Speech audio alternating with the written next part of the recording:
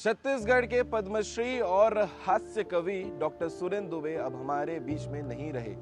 लगातार काफी लंबे समय से जो है इनकी तबीयत खराब होने की सूचना मिल रही थी, लेकिन आज ये खबर आने के बाद अब पूरा छत्तीसगढ़, पूरा देश जो है एक गम की, एक शोक की लहर में डूबा हुआ है, क्योंकि उनके जो हास्य कविता सुनाने का अंदाज था उसे लोग देखने सुनने के बाद मुस्कुराते थे और लगातार उनकी प्रशंसा करते थे, क्योंकि छत्तीसगढ़ी बोली भाषा को जो इंटरनेशनल लेवल तक पहुंचाने का काम इन्होंने किया है उससे लोग काफी खुश थे और पद्मश्री हैं। इसके अलावा आपको बताते हैं दुर्ग भिलाई से इनका काफी पुराना नाता रहा है, क्योंकि काफी लंबे समय तक यहाँ पर रहे भी हैं।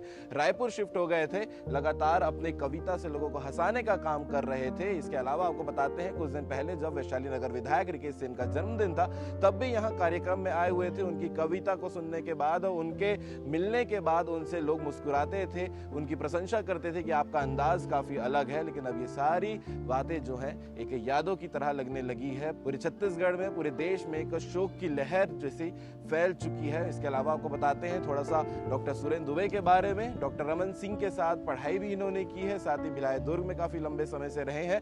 काफी लंबे समय से इनकी तबीयत खराब होने की सूचना भी मिल रही थी, लेकिन आज ये खबर आने के बाद पूरा छत्तीसगढ़ दुख के, शोक के लहर में डूबा हुआ है। ईश्वर इन्हें अपने चरणों में जगह दें और साथ ही इनके परिवार को दुख सहने की शक्ति दें।